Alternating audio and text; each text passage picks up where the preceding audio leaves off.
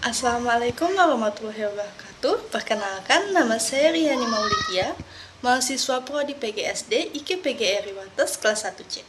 Di sini saya akan membawakan dongeng yang berjudul Pangeran Kecil yang diperuntukkan untuk anak kelas 2 SD, guna memenuhi tugas mata kuliah Pendidikan Keterampilan Bahasa Indonesia yang diampu oleh Ibu Desta Yolandi Rahayu, Sulistiawati MPD. Selamat menyaksikan.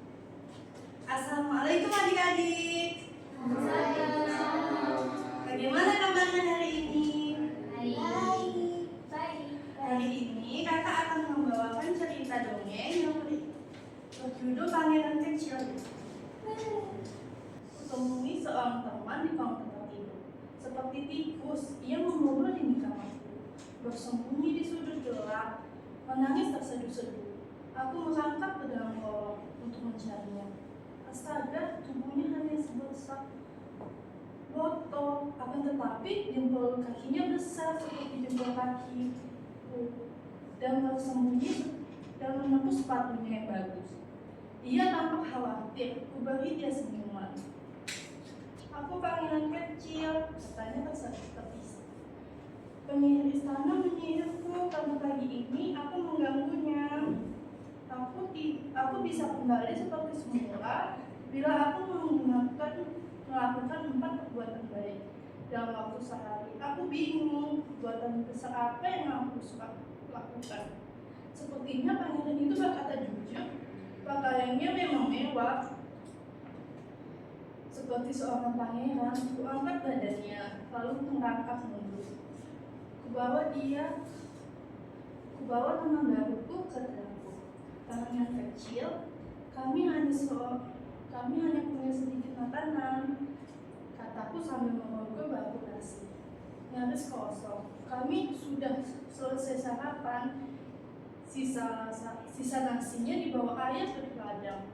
Pangeran kecil melompat ke dalam kiriman nasi di atas meja. Sementara ia makan, aku mulai berpikir tentang perbuatan besar apa yang bisa kami lakukan.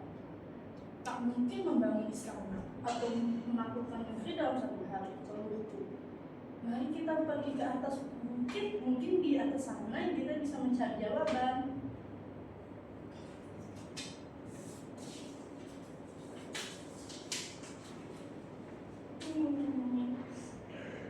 Saat di atas bukit, terdengar suara cerita seekor ubah.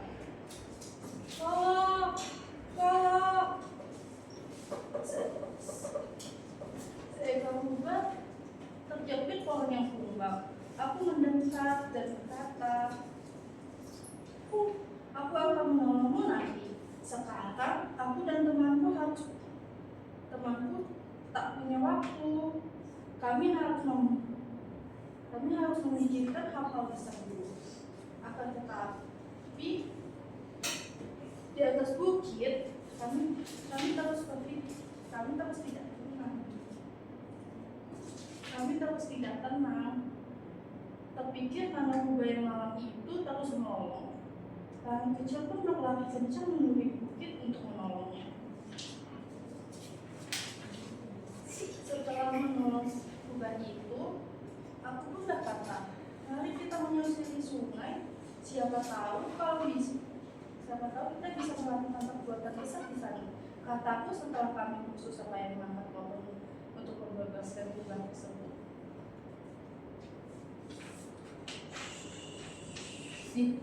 Air sungai mengalir deras. Ada seekor anak lembu di sana. Ia menjerit, tolong, tolong. Kenapa ibu? Teriak lembu itu timbul tenggelam. Ia akhirnya berhasil menggapai batu di tengah. Bisakah kau menunggu di sini? Bisakah kau menunggu di situ? Teriakku dan terus menolak. Aku dan temanku harus melakukan perbuatan besar dahulu. Tidak bisa. Batu ini licin. Aku harus deras. Aku tidak bisa bertahan lama. Kita harus menyelamatkan sekarang. Pangeran kecil itu Kami selalu menarik lembu itu dengan rambut panjang. Lembu itu selamat.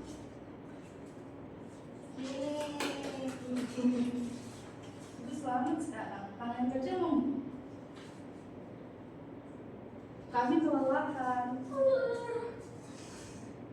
Ngantuk ibu. Kami kelelahan dan beristirahat di bawah pohon.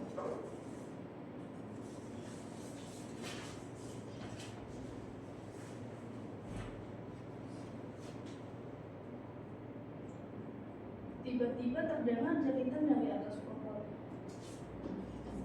Tolong, telurku.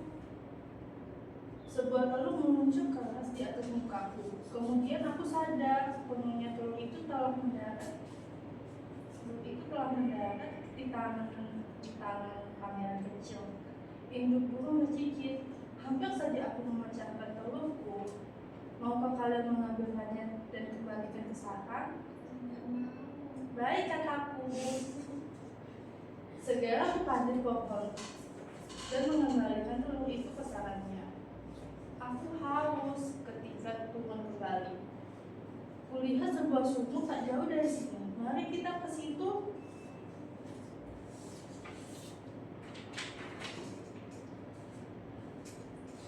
Tampak seorang laki-laki tua di dekat sumur. Ia sangat girang melihat kami datang.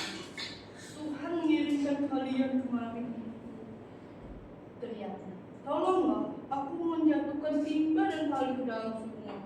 Aku segera mengumpulkan akar-akar kayu, akar-akar dan pengumpulnya.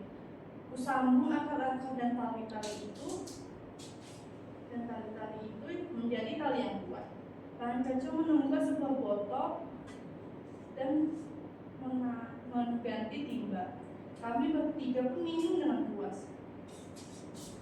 Terima kasih atas kebaikan kalian, kata laki-laki tua itu sambil bangkit berdiri. Semoga Tuhan memberkati kalian, ujarnya lalu. Saat itu menjelang petang, matahari perlahan terbenam. Sukacitaku menjadi padam. Aku baru ingat pangeran kecil belum melakukan perbuatan besar. Sihir itu tidak akan hilang. Temanku akan tetap kecil dengan jempol besar. Pangeran kecil duduk di pundakku, menepuk aku lembut. Aku menoleh perlahan. Aku malu karena gagal membantunya. Kulihat kedua kakinya menggantung di dadaku. Sepatunya berwarna keemasan, berbentuk laji. Tak ada tanda-tanda pernah jempol. Aku tertegun. Aku telah kembali seperti semula. Pangeran meluncur dari pundaku setelah bertanya. Ia masih tetap kecil. Wajahnya tampak, nakal dan ceria. Aku heran dia bergembira mengangkat kedua kakinya dan silai berganti. Tadi aku mendengar bisikan begini. Kau telah melakukan 4 perbuatan kecil tapi besar. Tanganku caci. Semoga kau mendapatkan pelajaran. Lalu jempol kakiku kembali kecil, cerita pangeran. Aku akan pulang. Aku harus minta maaf kepada penyihir kerajaan. Ternyata mengganggu orang lain membuat malu sendiri. Aku juga akan mengirim pada uang untuk memperbaiki dinding kamarmu. Oh, tidak usah. Aku bisa menutupi dengan batu kalau aku masih terpana.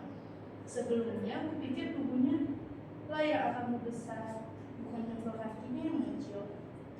Kalau begitu, kuberi hadiah. Kuundang kau dan orang tuamu untuk makan di istana. Nanti malam, kami akan menyebut dengan rencana. Senyumku langsung mengembang. Orang tuaku pasti senang.